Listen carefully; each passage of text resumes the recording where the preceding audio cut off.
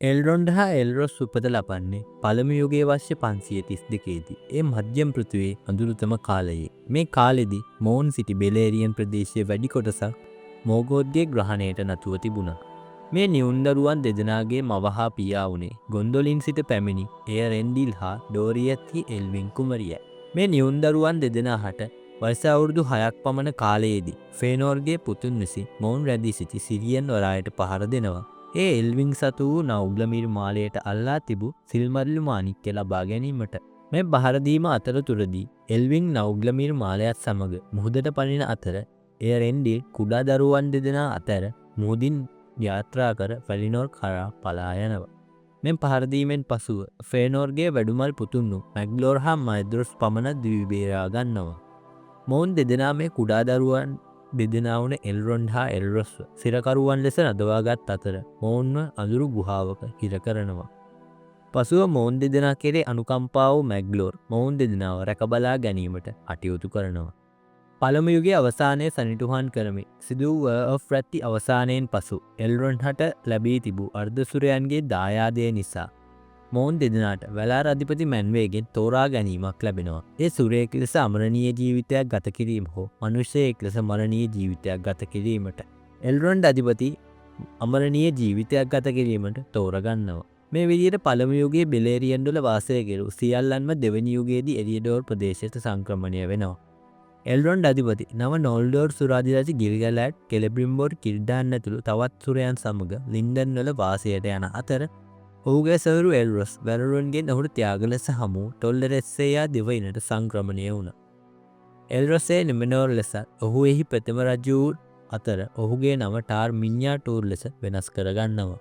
එල්රොන්ඩ් අධිපති ලින්ඩන් වල සාමයෙන් වසර ගණනාවක් ගත කෙරූ අතර ඔහුගේ සොයුරු ටාර් මිඤ්ඤාටූර් දෙවැනි යුගයේ වර්ෂ 562 දී පමණ ජීවිතයෙන් සමුගන්නවා. දෙවැනි යුගයේ වර්ෂ 1200 දී එල්රොන්ඩ් වාසය කෙරූ ලින්ඩන් වෙත ත්‍යාගවලට අධිපති හා වැලරුන්ගේ පණිවිඩකරු ලෙස තමාව හඳුන්වාගෙන අඳුරු අධිපති සෞරෝන් පැමිණෙනවා. කෙසේ වෙතත් එහි වූ සුරයන් ඔහු ප්‍රතික්ෂේප කර සෞරෝන්ගේ අඳුරු සැලසුම් ක්‍රියාත්මක කිරීමට එරගියන් වල විසින් සුරකම්හල් අධිපති වූ කෙලබ්‍රිම්බෝර්ව තෝරගන්නවා. කෙලබ්‍රිම්බෝර් හා සෞරෝන් එක්ක දෙවැනි යුගයේ වර්ෂ 1600 වන විට බලමුණු 16ක් නිර්මාණය කරනවා. සෞරෝන් එරගියන් වෙතින් මෝඩෝර් බලා ගොස් වර්ෂ 1695 දී මේ මුදු පාලනය කිරීමට පාලක මුදුවක් නිර්මාණය කරනවා. කෙලබ්‍රිම්බෝර්ද සෞරෝන්ට රහසෙන් බලමුදු ත්‍රිත්වයක් නිර්මාණය කෙරූ අතර කෙලබ්‍රිම්බෝර් දැනගන්නවා. ඇනටාර් ලෙස පැමිණිය සෞරෝන්වත්. ඉතින් කෙලබ්‍රිම්බෝර් වහාම උදව් ඉල්ලා ලින්ඩන් වෙත පණිවිඩයක් යවන අතරේ ලින්ඩන් වෙතින් උදව් පිණිස එල්රොන්ඩ් අධිපතිගේ ප්‍රධානත්වයෙන් හමුදාවක් පිටත් කර හැරියා.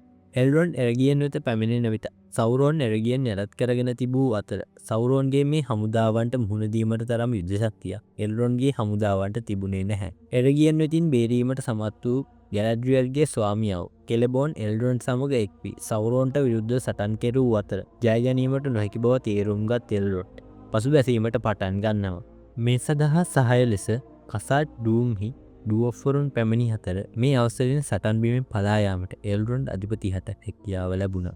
මේ සටනෙන් උතුරු ප්‍රදේශයට පලා ආ එල්රොන්ඩ් අධිපති බ්‍රුනෙන් නදී ආසන්නයේ ඉම්ලාදීස් නිම්නයේ නව නගරයක් පිහිටවනවා. ඒ රිවෙන්ඩේල් නගරයයි.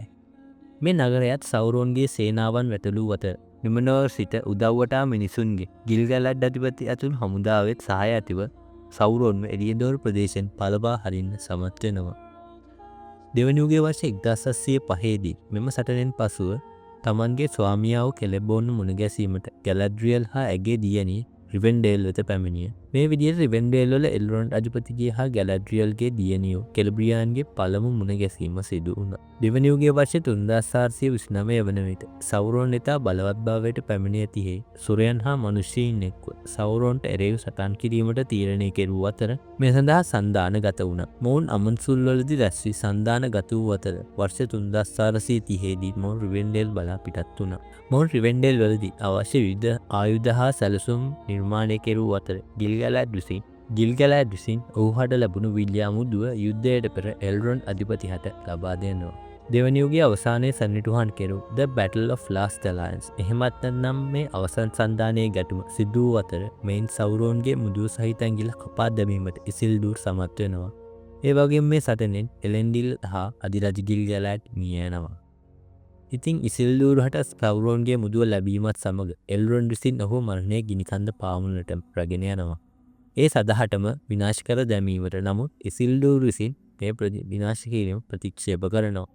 ඒ වෙනුවට බලමුද ඔහුගේ ළඟ තබා ගත්තා. ඒ වගේම එල්රොන් අධිපති නැවත තමන්ගේ නගරය වුණ රිවෙන්ඩෙල් බලා ගමන් කරා.